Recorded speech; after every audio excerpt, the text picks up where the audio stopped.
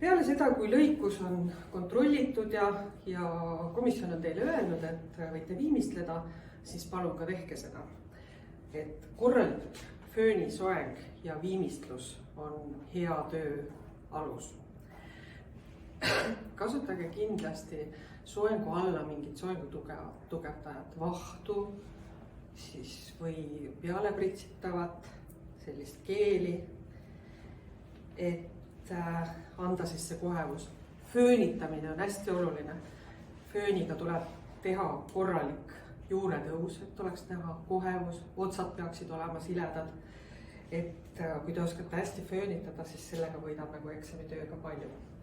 Mina panin nüüd natukene vaha siia juukse otstesse, et tuua välja sellist tekstuuri, et kindlasti kasutage julgelt viimistlusvahendeid, näidake, mida te oskate.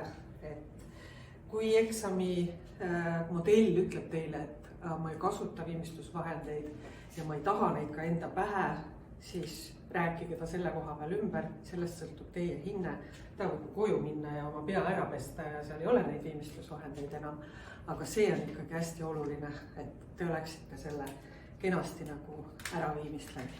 Ja lõpetuseks pange ikkagi lakki ka, et natukene fikseerida. Põhjendage oma valikuid, miks te kasutasite seda, teist või kolmandat toodet ja mida te kliendile koju ka soovitate. Et julget kasutamist.